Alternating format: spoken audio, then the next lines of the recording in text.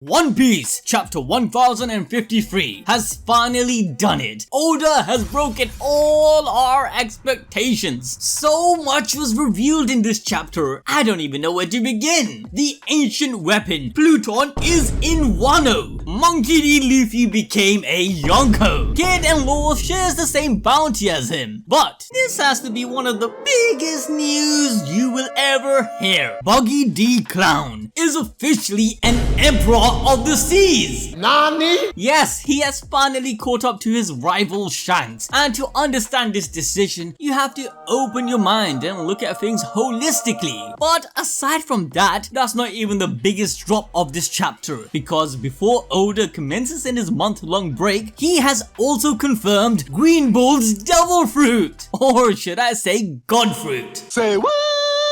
Welcome back everyone, it's time to go deep. We start chapter 1053 in the holy land of Marijois, and the five elders are at it again. It's been over a week since the war and their conversation with the CP0 agent, ordering them to capture Nico Robin. They had also schemed some damage control with Luffy's awakening of Sun God Nika. It's one thing that he defeated the Emperor's Big Mom and Kaido, but awakening the legendary Nika fruit is something the world government feared for over 800 years. To the point of hiding the real name of this fruit. The five elders wanted to keep this hush-hush. That's why they capped Luffy's bounty at 3 billion, equaling that of Law and Kids. This was pretty predictable too, as we are entering a new saga. From Oda's track records, he always gave Luffy an initial bounty starting with Freeze. And as some of you guys pointed out in the comment section below in our last video, Kaido and Big Mom also approximately have a total bounty of 9 billion. So the bounty of 3 billion each makes a bit of sense for the government to dish out. As mentioned in chapter 1052, the five elders said they wouldn't be able to hide this huge victory, but they could still manipulate the world's perception of it, which meant limiting Luffy's individual feats and influence. However, in chapter 1053, we see things didn't go as the five elders had planned. The Gorosei on call to the Navy panickingly complains about the information in the newspaper that has spread it around. They ask why that specific photo of Luffy's Nika form was used, and they also question why Luffy's name still has the initial D in it when they had asked it to be removed. This reaction showcases the desperation of the five elders' effort to cover the truth of the Void Century and how the world nobles really got in power. They also did this to Roger once he was famed as the Pirate King by hiding his true name, calling him Gold Roger instead. The Marines respond to the five elders, saying they haven't received any orders about it, and that the photo of Luffy was delivered by Agent Nika of CP0. Now either this is a big fumble or there might be a mole. Either way, this baffles these old geezers even more. The five elders then order that the copies of the bounties should be reprinted, since they don't want the world to see or even get a whiff of Luffy's mythical form. The coming of Joy Boy and the legend of Nika has been passed down through generations to different communities and cultures in the world of One Piece. We saw this with King and the Lunarian race, and some hints of the existence of Sun God Nika from the people of Shandora, and even information from Who's Who. The government will do anything in their power to hide this. Unfortunately for them, the Marines says they can't get in contact with the printers, which angers the Gorosei even more as they shout, "Stop it! Stop publishing at all costs!" Listen, you old farts, you can't stop a true journalist in his mission to spread the truth. Yes, the real reason why Luffy's Nika form was published was because the #1 best journalist, Big News Morgan, made sure of it. Big News Morgan is truly the antithesis of what the world government stands for. They represent lies with their twisted version of absolute justice and order, whilst Morgan stands for truth and wants to see the chaos they will bring. Well, kinda. As Morgan watches over the newspaper spreading, he gleams over Luffy's sexy picture, commenting on his mystical appearance. He then commands his workers to spread this news to all corners of the world. We then find out what exactly happened to lead to this event. Big News Morgan has been typing the Cyberpod's Denden and was observing through it all. As seen in chapter 956, Morgan expected the Cyberpod and the world government to cover the truth. They had tried to silence and control him time before. After their failed assassination attempt, they basically declared war with him and his company, the World Economy newspaper. And a lot of you guys don't know this, but Big News Morgan in his own right is an emperor. Maybe not the seas, but the underworld, as explained in chapter 860. Morgan all this time was eavesdropping on the cyberpods and their conversation with the 5 elders. He refuses to allow information to be manipulated, especially when he considers the world to be in an era of change, with truth and facts being ever so important than before. Now this chapter also follows an overview of what's happening around the world, as they, for the first time, hear the shocking news. Yonko, Kaido and Big Mom, after ruling the seas for decades, have finally fallen to free pirates. The wanted poster of Kid, Law and Nika Luffy is shown, with their respective 3 billion berry bounties. At the end of the chapter, it is also confirmed that out of the 3, Luffy has been dubbed a Yonko, alongside the genius jester Buggy the Clown, Blackbeard and Shanks. Now for the sake of clarity, the term Yonko simply means 4 emperors. With the news and fall of Big Mom and Kaido, it's a given that these 2 are no longer considered part of the Big 4. However, it doesn't take away the emperor aspect from Kaido or Big Mom. In fact, the term Yonko likely only started being used as a world power after Shanks became an emperor, distinctively making it for pirates with that classification. Also, being an emperor of the sea isn't a title given by the world government, rather it's a public understanding, which is usually propagated by the news. Even with Roger, once he clocked the world and found Laugh Tale, he was given the title by the world of Pirate King. This is why Big News Morgan and his publishing company plays a huge role in this series. Fundamentally, they control the perception of the world. With that said, Morgan won't just call anyone emperor. He is,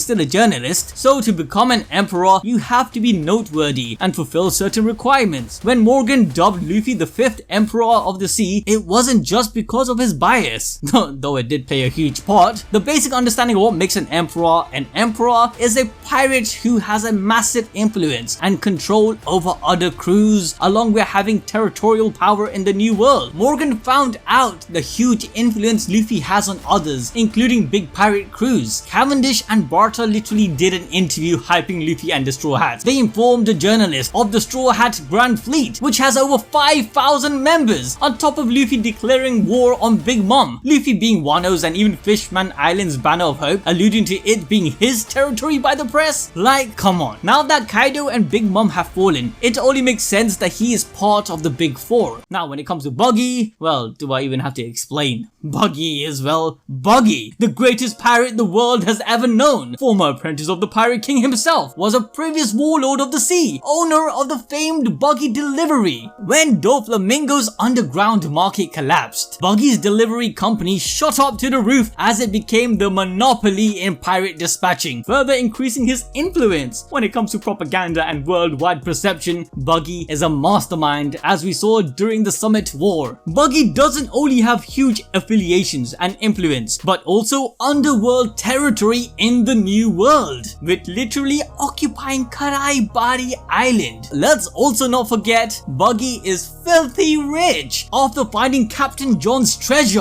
courtesy to Luffy that is. But most importantly, Buggy has a secret power that no one knows about. I'm going to do a dedicated video on this, so if you don't want to miss out, then make sure you smash that like button and have that notification bell on. Now coming back to the chapter, as Morgan talks about the importance of truth in the current changing world, we come to a country that's already at war, showing us a giant picture of Sabo on a building. Likely his capture and imprisonment caused an uproar, and it seems the Revolutionary Army has decided to take action. The government's desperation to hide Joy Boy's return makes even more sense, as they realize the world is turning upside down. The era of the world nobles is coming to an end. In the Togage port of Udon, we see the reaction of the Kid pirates to their captain's new bounty, along with Apu, Law and his crew. Kid has already left the scene and headed straight for Luffy. The whole purpose of him defeating defeating Big Mom was so that he can become the next emperor and mark his name. So obviously he is pissed. But this news will play an important role for the upcoming arc, as once Luffy learns about Sabo's capture, he might decide to do a detour and save his brother, successfully this time. But hey, I'm hoping we skip all of that and go straight to Elbaf. We cut to the castle of the Shogun, where the servants are taking out the dishes they have prepared.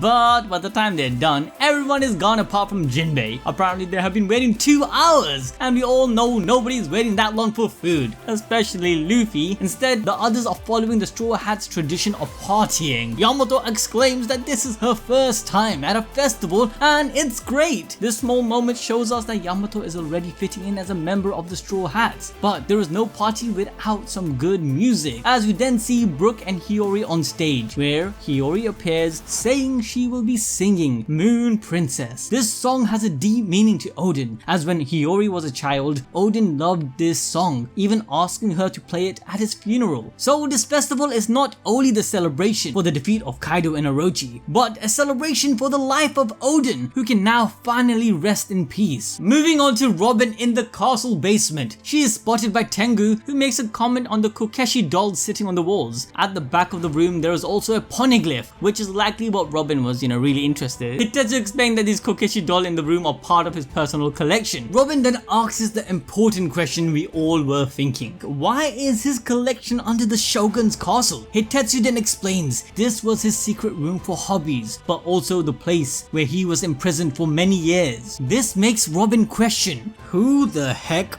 are you? He most definitely doesn't seem like a simple blacksmith. Hitetsu responds, saying creating swords is just a hobby, although he is talented. Now this is a major understatement. I mean, according to Hiyori, he is on par to Shimotsuki Kozoboro, the guy who created Enma. Hitetsu is well more than talented. He created 2 of the 21 great swords, being the Sendai Kitetsu, which Zoro wields, and even the Ame no Habakiri, the sword that was passed down through the Kuzuki family, which Oden wielded alongside Enma. Hitetsu finally takes off his mask, revealing he is none other than Kozuki Sukiyaki. That's right, Oden's father Momonosuke and Hiyori's grandfather is still alive, and not only that, but under our noses the entire time. Amazingly, this was theorized by Reddit user HikingBear-God in June of 2021, and most of the points he brought up can now be assumed to be true. Brook finding Kokeshi dolls, Hitetsu saying that he cannot enter the town, likely being afraid of being recognized,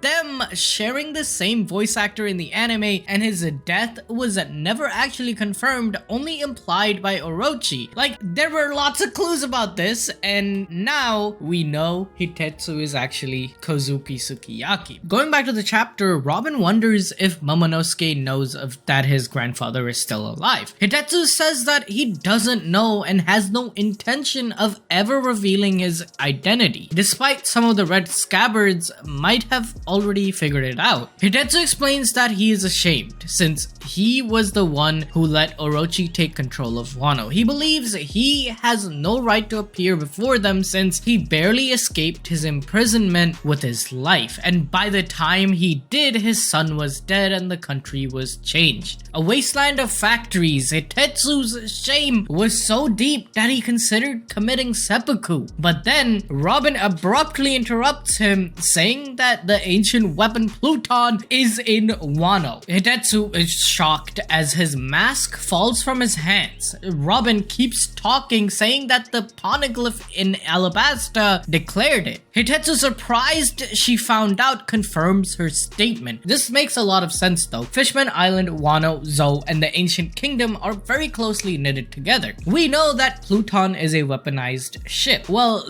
that was what we originally assumed given all the information we had. However, this idea can easily be manipulated where Pluton might just be something else entirely. But if it is a warship, is it the land of Wano itself, or just under it? Maybe beneath the volcano given its name? Or is it a person like Shirahoshi? Is it Momonosuke, who we all believe to be Uranus? Or is it the huge ass tree that has been sitting in the capital for as long as we have seen the capital? Trees play an important role in the series, so this idea isn't so far-fetched. Just check out our videos on how devil fruits are created. Ominous explosions and screams can be seen and heard, all originating from Udon, the old prisoner mine. The screams are coming from none other than the former members of the Beast Pirates, who have been pierced by branches and are being consumed. Among the Beast Pirates, we see King and Queen have both been caught by the branches and are having their life drained. Queen, even at death's door, is still going by his motto that he'd be too hot for the world to handle if he lost too much weight. Oh my god, this dude. A man with a white trench coat kicks Queen as we see that the mysterious branches are all coming from his hands. The man says that he warned Queen not to do it because someone of his stature would lose his head if he could not beat mere commanders of a Yonko crew. But coming back to the chapter, Green Bull complains about the sake in the barrel, saying that it had not been aged enough, as he tells the voice over the Denenmushi that he's in Wano and to send a warship. The voice responds, surprised to find out that it was Green Bull that had called them up. Green Bull tells them not to let Sakazuki find out as he hangs up on him. Green Bull seems to be an avid supporter of Akainu's way of doing things, as he says that he wants a senpai to notice him when he brings back Luffy's head. And this is all while he's looking at the new and updated bounty poster of Luffy. Back in the Flower Capital, Luffy takes center stage and makes a speech for everyone in the Alliance. He opens up by saying that they fought well. Momo reminisces about what happened after Luffy's fight against Kaido. Luffy told Momo to not tell the people of Wano about him. Momo, surprised, asks why, as Luffy would surely be recognized as a great hero. But from Fishman Island arc, we know Luffy doesn't want to be a hero because he would have to share his meat. Kid suddenly breaks into the party and attacks Luffy, but in response, Luffy stretches out his arms and wraps them around Kid's neck, bringing him to join the party while the citizens inform Luffy that the fireworks are ready. Luffy announces the continuation of the party and tells everyone to drink all night long. Everyone is celebrating, including the Heart and Kid pirates, but oddly enough, Law is missing. Kid manages to break himself free of Luffy's grip as he tells him not to involve him in the party and proceeds to show Luffy in the newspaper. Luffy looks at Kid and his eyes pop out like how it was in Gear 5, even though he's not using it currently. Kid announces the new Emperors of the Sea. Red-haired Shanks, Buggy the Genius Jester, Straw Hat Luffy, and Blackbeard Teach are the new Emperors of the Sea. In the final panels of the chapter, we see Green Bull walking past Onigashima towards the Flower Capital as he comments on the music being played in the Flower Capital. But he says that the Navy is not in the mood for such upbeat music. The outside world is a complete and utter mess. Holy shit, this chapter was fucking lit. Oh, it's so sad we gotta wait a whole damn month for a new chapter, but be sure to hit that notification bell because Oda is coming out with his Road to Laugh Tale drafts every week, where he's gonna give out information about what some of these plot points could have been in another universe. So, alright, about to be lit. Also, if you're interested in the God Fruits, then make sure to check out our video where we basically predict, like it's basically ABD prediction magic confirmed how devil fruits work, how devil fruits are created.